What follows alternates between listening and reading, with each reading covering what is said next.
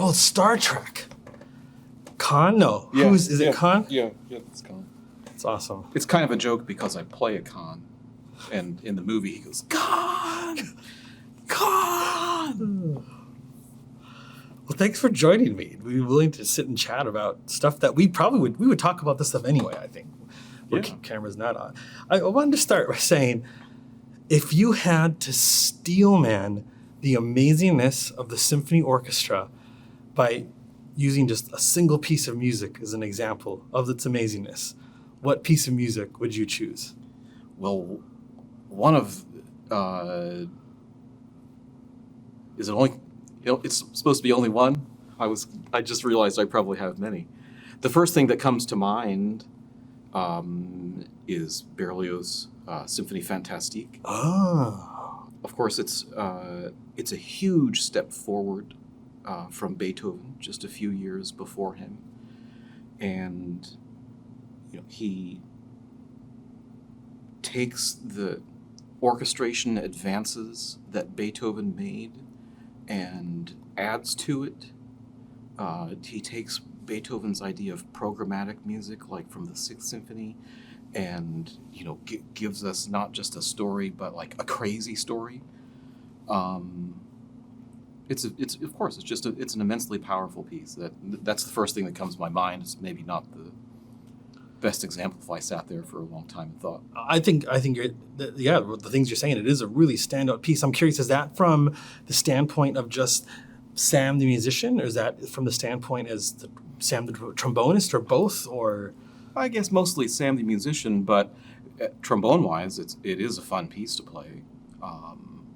All three trombone parts are fun to play. I think that's mostly as a musician because, we only play 2/5 of the piece. Oh, right. We only play the March to the Scaffold and the Witch's Sabbath, so. Okay, before we get too far into the orchestra talk, I thought it would be fun to, or maybe necessary to, between the two of us in a very non-academic way, lead up to how the orchestra was arrived at. So I suppose I would say, well, what would you say is the simplest form of making music, or what would have been one of the first forms of the way people made music ever? Well, I'd have to say that cavemen or, prehistoric humans either sang first. Sure. And probably next they probably hit sticks on things in rhythm. So I'd say that it's probably born out of that, and then then you have something rhythmical and you have something linear. I was curious. I was thinking about this, prepping for this, and I was like, I wonder. So I did some research other than the obligatory musical history stuff, and I found that they discovered a bone flute that's dated to 60,000 years ago, made out of the thigh bone of a cave bear. They call it the Neanderthal flute. I thought, okay, I know there's a joke to be made in here. I'm not going to make it. A friend of mine has a woodwind degree from Cincinnati Conservatory, and he tells me that he's studied flutes from different cultures, and every culture has a flute. So, it stands to reason that flute would have been maybe not the first or the second, but as soon as they figured out that they can blow in the thing and get some sound, then. The first account I could find of anything stringed was, I think, from 1400 BC, a Hurrian hymn on a 9-string lyre. I'd never heard of it before researching this, and it was they found it on a tablet written in cuneiform, and it had the directions of how to play it. And I heard a bunch of different versions of people, their interpretation of it, but I didn't realize that it would have been that old for something stringed. What would be some of the earliest instances of brass being used, brass instruments? That's a great and fun question. Of course, everybody knows the Hebrew Bible story of Jericho and marching around the walls and blowing the trumpets and the walls falling down. And what were they using for trumpets? I don't think they were using anything close to what we would call it, but they were using animal horns. Oh, sure. Probably. And after that, they were made of they figured out how to make them out of wood, and after that, they figured out how to make them out of metal. But once I was doing a a children's program with a brass quintet at a school, and we asked this question to the kindergarten and first graders. Does anybody have a guess what they think the first brass instruments were made of? And we got answers like dirt and rocks, which, highly entertained us. And somebody decided to give them a hint and, give them a clue. And someone went like this, and the kid in the first row, his hand shot up like lightning fast, and he blurted out, "Bunny rabbits! They were made of bunny rabbits!" Oh, that would be an interesting sound. A kid can dream. A kid can dream. Well, okay, so singing, hitting things, the starts of these instruments. When I think of some of the first organized music, I was wondering maybe Gregorian chant, something like that. In terms of written music? In terms of written music, there's some organization now, even though they're only singing one line, they're all meant to be singing in some way, which means there's some kind of system in place so that they can learn how to do it and do it together, which takes us one step further to an orchestra, at least in terms of that there's multiple people doing the same thing. Yeah, sure. We go through, from there to to polyphony and right. All the things that we took in music history. I kind of wonder about when people had the idea to combine voices and instruments, because we don't have that in Gregorian chant. As far as we know, Gregorian chant is not accompanied by anything else. When do we start seeing that? I've been listening to a lot of Gesualdo motets for like the last year. Just, there's some amazing things in there. And every once in a while, someone will slip in an instrument, and it really changes it. And then you start getting these consorts of instruments, which must lead to what would the orchestra have been like in Bach's time or Vivaldi's time? Mainly strings, maybe a few woodwinds? Mainly strings, a few woodwinds. They did have trumpets. Bach did write for sackbut or trombones. We're in a couple of cantatas. They're never done, and I've never played them. But definitely woodwinds, oboe, flute, trumpet. And I also imagine that style orchestra in the Baroque period being led by some way by the composer, either at the keyboard, maybe directing. I suppose there were instances of not that, but that's what comes to mind for me anyway.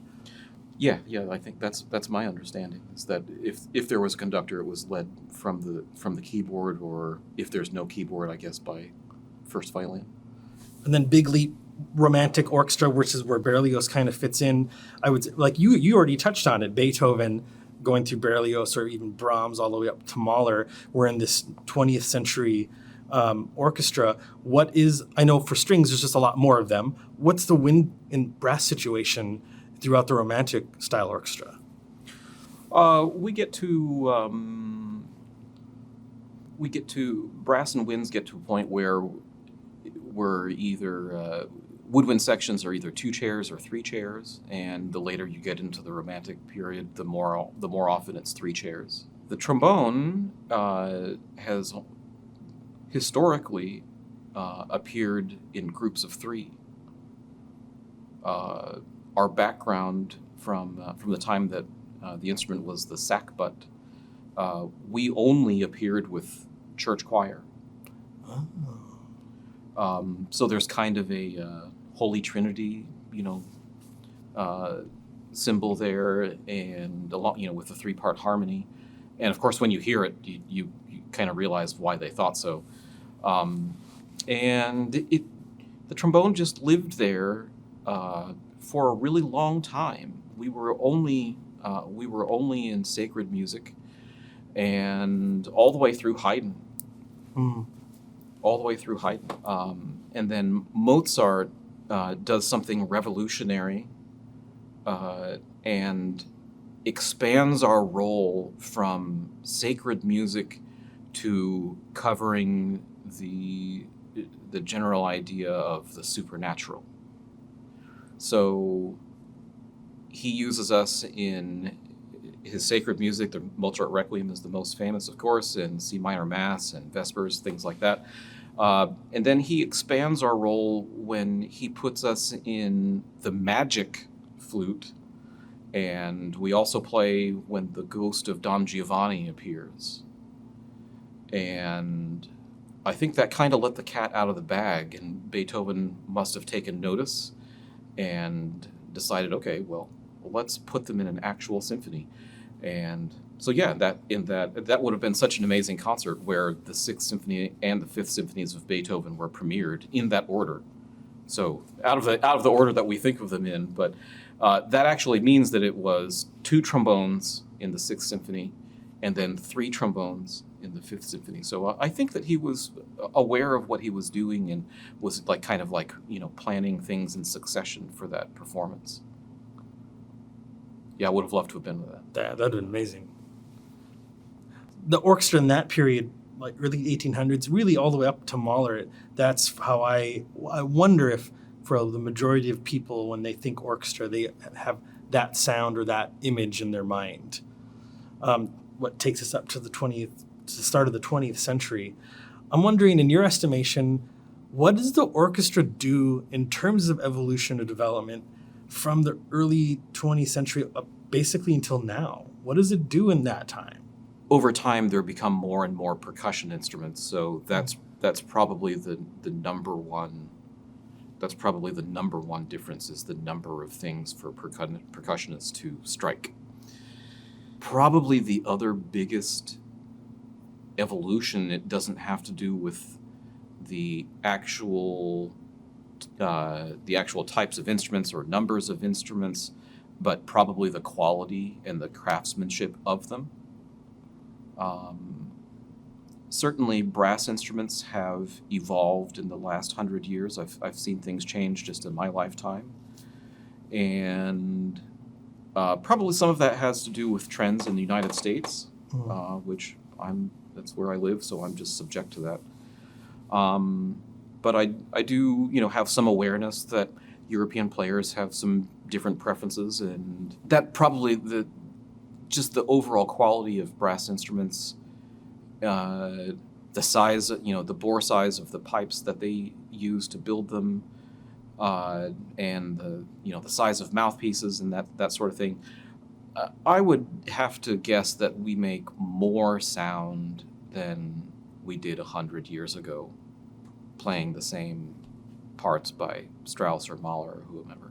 So yeah, I'd say that's probably in the last 100 years, besides construction instruments, it'd probably have to be quality construction of instruments. Maybe it seems also like if we take 1750 to 1900, that the music being written for the orchestras in that era it evolves and it changes and develops, and there's a lot of different sonorities, of course, but it's fairly similar compared to the music that gets written for the orchestra, say from the 1920s until now. The amount of styles and the variety of different genres, you might even call them, seems to get accelerated. Well, sure, because we have world trade, we have travel. In the 20th century, we transitioned from traveling abroad only by ship to being able to fly to other continents and being able to drive across a continent. So, yeah, the exchange of information has been quickening, I think, for a while. The orchestra seems to be positioned as almost a venerable institution, and though it plays a lot of different music, it has its canonized set of repertoire that is mainly traditional music. New pieces get added to that the canon of works, but mainly plays this body of works that is as old as the Romantic Orchestra or even older. And I sometimes wonder, is institution that plays primarily traditional music from the past, is it able to evolve alongside an ever-changing world? Is it able to evolve with an ever-changing world? Of course, the players from that ever-changing world are the people who comprise the orchestra, so stands to reason that they probably, that they can. And well, so now we have so many different types of musical styles, compositional styles and approaches to tonality, philosophies about storytelling or pure music and things like that. So yeah, there's just a huge swath of types of music that can be presented to audiences, and what people like, they like. Sometimes I'm not really sure how to predict that. Well, you've played most of the traditional rep in the full orchestra. I'm sure you've played certainly in the double digits for most of it, some of it maybe in the triple digits the amount of times that you've played it, for the experience that you have. In your estimation, does the traditional rep still have impact on new listeners? I think it probably has more impact with newer listeners. It has more impact with newer listeners.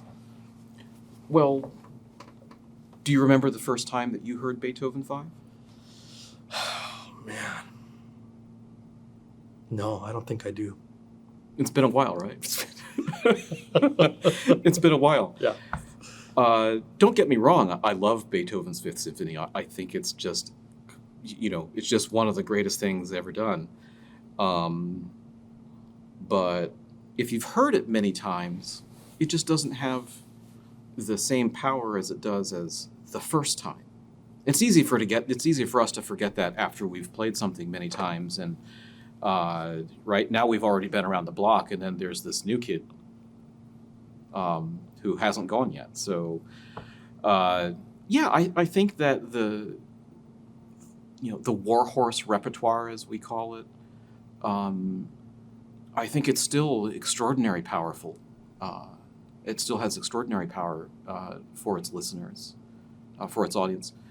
And that's not to take anything away from things composed in the 21st century. I suppose all orchestras had to encompass at some point this kind of dual role, but it seems just more prevalent maybe because I'm alive now or for something like that. But it seems like orchestras do have this dual role presently, which is it's traditional in one sense, to preserve this tradition and this canonized set of works, but also to hopefully be exploring new works and new sounds with living composers. How, in your estimation, how is that dual role being managed by orchestras at large? I feel like it's being managed pretty well. I'm certainly still encountering lots of new repertoire. Going back to the idea of like world travel and the exchange of ideas. I mean, really what we got in the end of the 20th century, I feel like, is we started getting a lot of multiculturalism in music. And suddenly musical styles that would not have been played by an orchestra or orchestral instruments were getting played by those things. Or maybe, if we just call them classical instruments or something. A great example is, he's well known in the brass world. He's written so much for many, many brass instruments and combinations of them. Eric Uezen teaches at Juilliard, studied at Eastman. I think a great part of his story is that he studied with Milton Babbitt and did not dig that kind of music, and at some point just decided to write what he liked, and he found immense success in doing so. But I was just going to say, he wrote a trombone sonata. It was, in the 1990s, and the third movement of it has a clave rhythm like throughout the piece. And of course, I'm sure you can find instances of multiculturalism before that date, but it's certainly increased since then. Classical music and symphonic music, a lot of times people like to throw out the word elitist in ways. And I suppose on some level I could maybe I see that. Things like there's a lot of traditions. Oh, don't applaud between movements. That can be a little contentious. But also symphony halls can be massive. They're up on a stage. They have stadium seating. People are maybe feel removed from it. Do you think, is it the job of musicians and orchestras to make concerted efforts to pull audiences into the music? To pull them in how?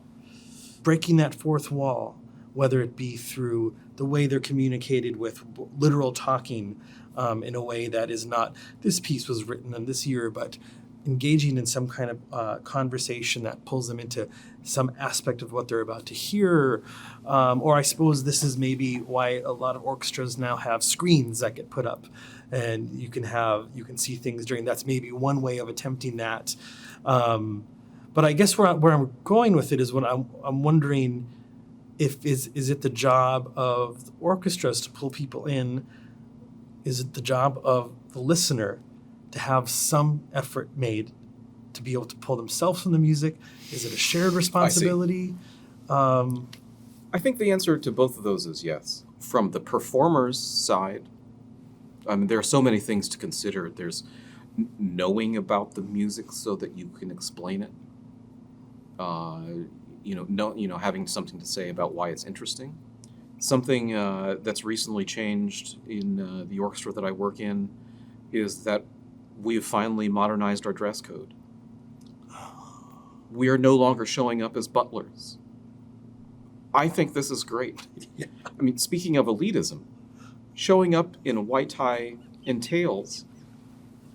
I guess that doesn't help to fight that cause. That doesn't really help to fight that cause.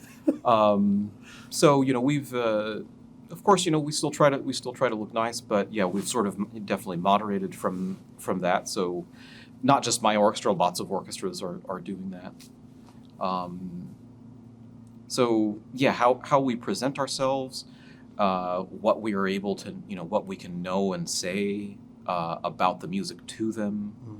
In terms of the audience, and I don't get to be in the audience very much, and so when I do, I really enjoy that. It's refreshing to be on the other side of the stage. Yeah, you have to show up with an open mind, and that's maybe not always as easy as it is said.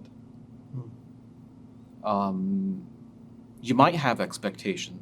You might not have any idea about what to expect. Always, if you try to have no expectation, then you can take things in more for what they are. I don't know that I can show that I do that.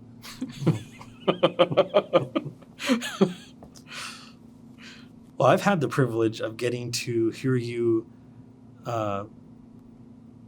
make poetry with music and through your sounds for almost 20 years. I think maybe 20 years ago was the first time I ever heard you play.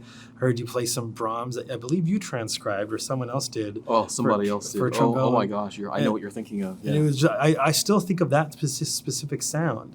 And I'm super excited that we're sitting here doing this right now. This will air, I don't know, maybe a month from now or so. But tomorrow night I get to sit in just 6 feet in front of you and listen to you play some beautiful solos and some sa-sa. If other people want to hear you, how can they hear you?